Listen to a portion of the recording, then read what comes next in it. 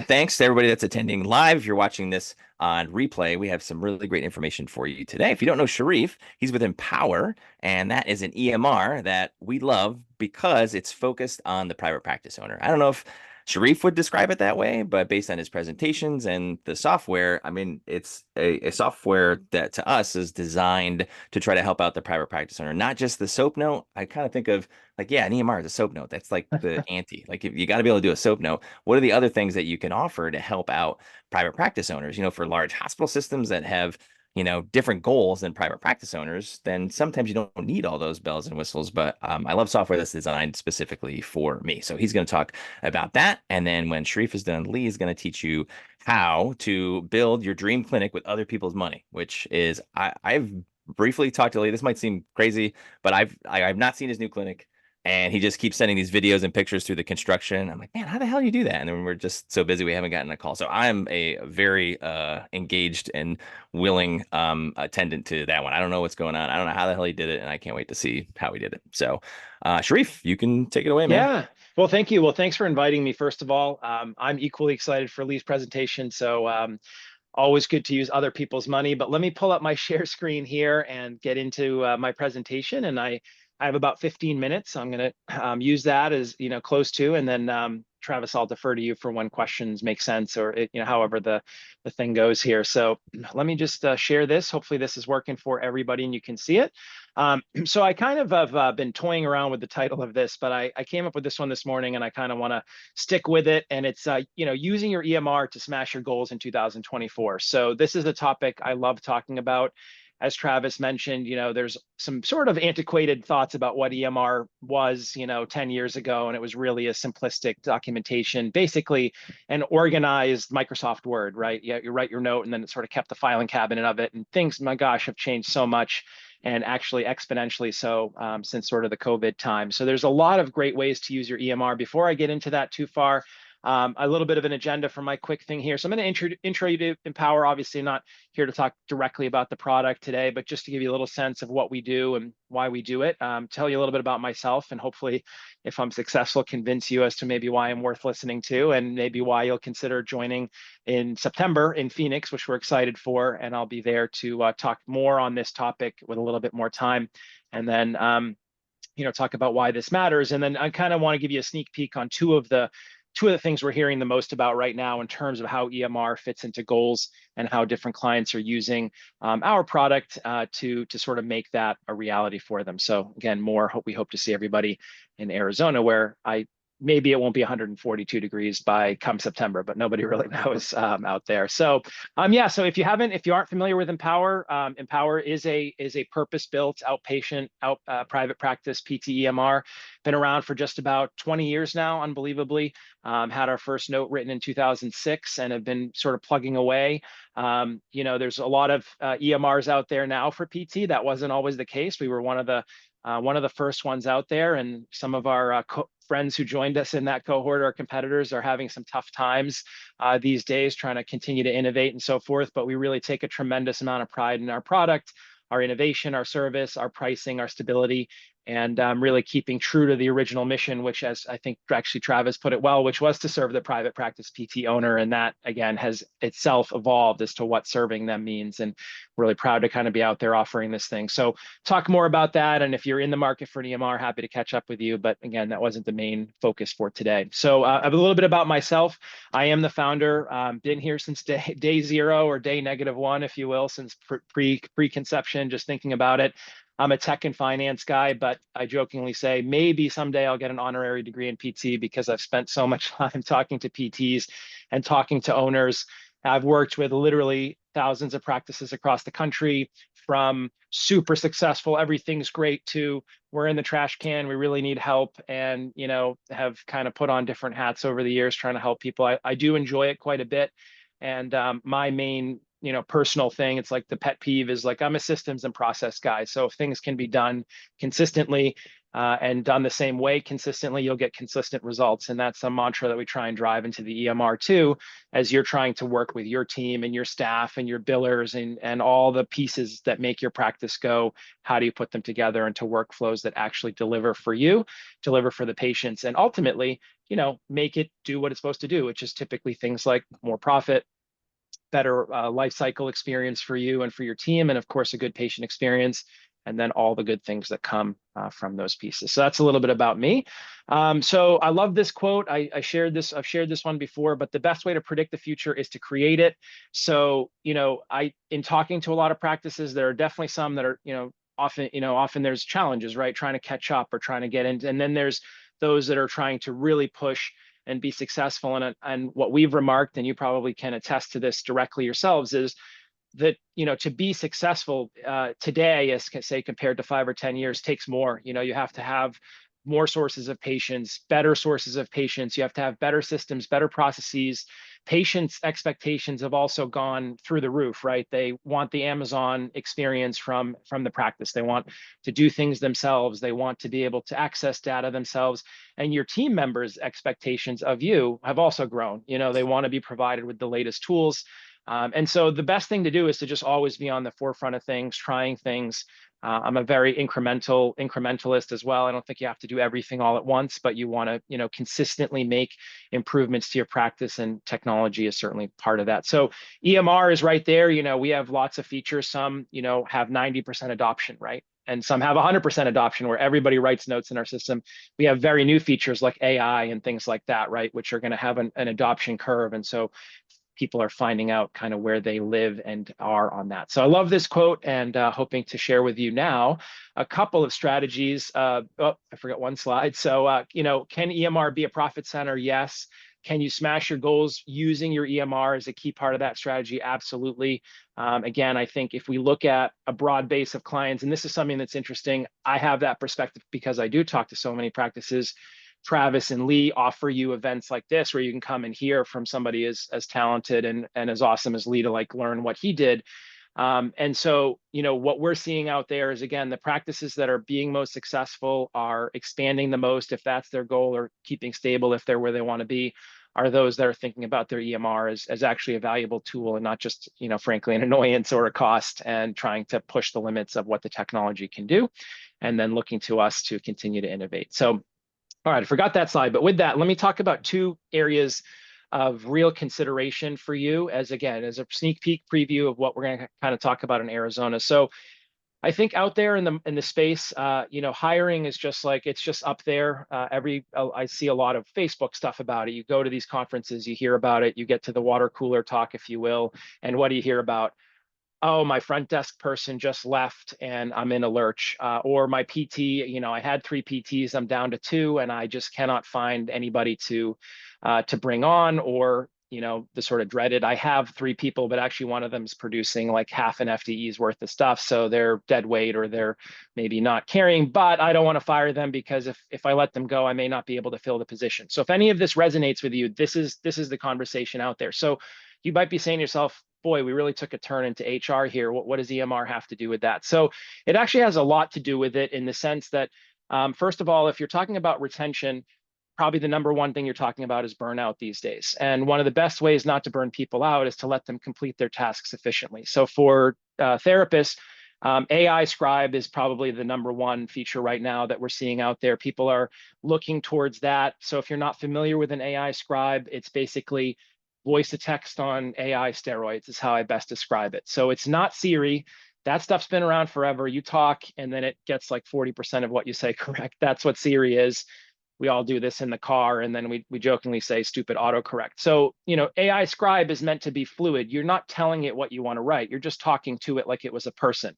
And that means that it can either be a recording of you with the patient actually during the care, and it captures both of your voices, and then it does on its own, of course, transcribe it. But then the AI magic is taking that and extracting, well, what part of that conversation was subjective, what part was objective, what part was the plan, and giving you a really good start with your notes. So that's kind of the idea of an AI Scribe.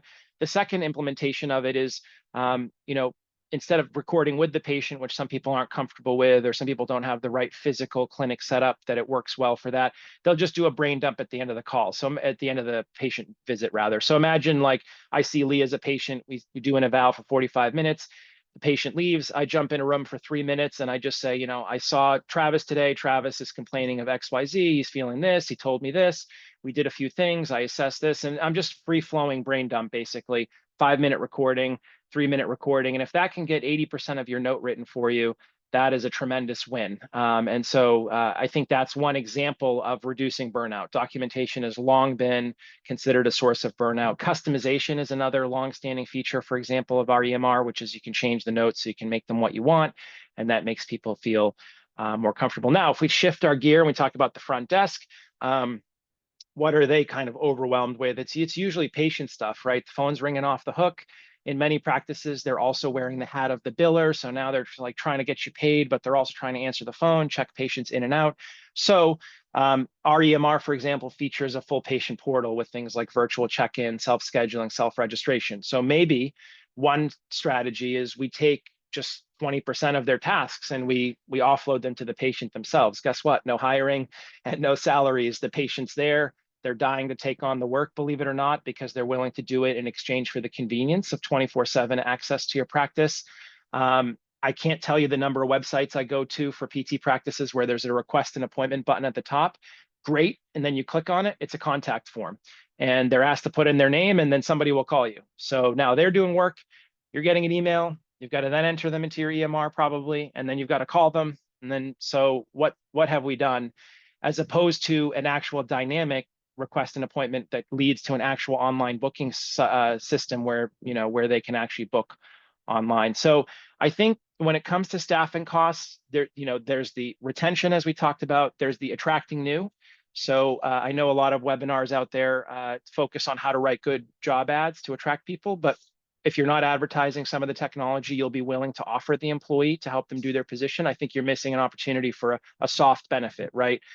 Because paying more is always an option, but it's very hard to win that race sometimes because there's just a lot of competition out there for certain positions these days, even as other parts of the job market soften. Getting PTs, for example, still remains to be a very big challenge. So you have retention, you have new, and then you just have, how that kind of fits in with the general demeanor of everybody. When they're happier, they're going to have a better patient experience because they're going to be nicer to the patients because they have that patience to offer to them. And I think all around it's a better place. So your EMR can be a central core theme in something maybe you weren't thinking about at all in terms of your hiring challenges, retention challenges, and things like that. And the last piece of this is that word prioritization.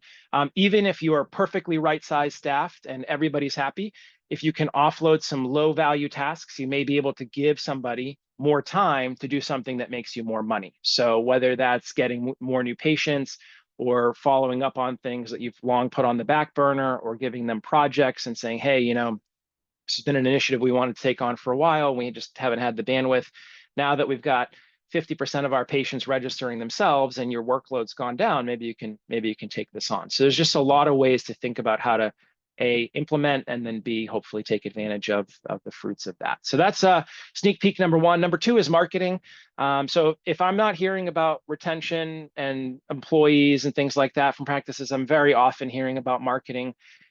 I think it's such a huge thing, and it feels really unapproachable at times because you can read books and there's pay per click and you're supposed to do this, and like every week a new blog comes out and tells you something new you're supposed to do. So it can feel really unapproachable. And I think your EMR is actually the fastest and best place to get started with this, because A, it is your number one, most accessible, number two, cheapest, and number three, most immediate source of data. So, with marketing, the first thing you usually think about is who am I going to talk to and where am I going to find them? And a lot of practices, are say trying to gather new referral sources, new referrers, physicians or otherwise, or maybe they're trying to drive more referrals from existing or previous patients. And you hear things like, well, we ran pay-per-click and Google took $1,000 from us this month and we got absolutely nothing out of it. Or we bought a list and we tried to do a mailer and all this stuff. But for most people, for most folks who are doing a good job with their EMR in terms of getting the data in, you have already have a treasure trove you're sitting on. You own it. It's your data, and you can get at it today. So, go pull a list of patients from the last 6 months and, get in touch with them in one way or another. Direct mail, email. If you do any sort of texting, you can do that. And just, a check-in. How are you doing? Followed by hey, if you know anybody else who could use our help, you might be surprised that you could turn some patients. A second opportunity would be calling or pulling recent but sort of dormant refers. So you go in your EMR, you see who's been referring to you. You don't need to call the person who's consistently sending you 20 patients a month per se. But if you see that there was one that went 10, 5, 3, 1, what happened? Why can't we reactivate them or get them going again by giving them a quick phone call, by getting in touch with them in some other way? For example, in Empower, we have fax blasting, which I have to laugh to get on a like cutting edge EMR call and talk about faxing. But faxing to referrers in bulk works. Like, it stupidly works, and it just, you'd think, why would that work? We could send them an email. But for whatever reason, they review all the faxes because they're looking for, things they have to sign and other important stuff. And even if it just gets in front of somebody who's at the front desk, reminding them that you exist and you're a potential referral, directed referral endpoint for certain patients with that need, and it really doesn't cost you too much. A quick newsletter, hey, we hired, here's our new therapist. Lee's going to talk, I think, about opening new locations. That's a great opportunity to message people and just, what do I say? Well, just say we have a new location. It has really cool equipment in it, and we'd love for you to come visit us or send some patients our way. Don't get too hung up on the message. So EMR is a centralized theme in terms of a data repository, and we'll definitely talk more about this in the fall. But it's predicated on good EMR data practices and having good stuff in there, and really keeping your team on board with tracking things tightly and not getting lazy with data input, so you can make sure you have the absolute best information to pull from. I'm almost at my time here, and I wanted to, I think, leave a few minutes, but so I feel like it's like an infomercial. I hope I've shown you enough here to entice you to come to Arizona. I'd love to shake your hand and meet you in person, and give you more information and share some more. And I'm sure even by September, there'll be new things to talk about, because every month there is always something interesting going on. If you want to learn more about us, we certainly welcome you. Or if you just want to check out our free blog, we invite you to that too. And lastly, I always ask and invite, I would love to connect with anybody on LinkedIn if you want to find me. I have a pretty unique name, so it's usually not too hard to find me on there. But I'm Sharif again. Welcome you to find me, and shoot me a LinkedIn connect request, and I'm just happy to be a resource for you and help you in any way that I possibly can. So thanks again for having me, Travis. I'm happy to take any questions if you wish. Yeah, for sure. I have one. So this is the most common objection we get, and I'm gonna guess it's the most common objection you get. So getting my team to like switch over to an EMR, wow. That's like it'd be easier for me to go in and ask for a kidney. The same thing with billing systems, like we're kind of doing things the way that we're doing them now. And I'm like, we always say, well, how's that working out? And usually they say, well, I don't know, but the place isn't on fire.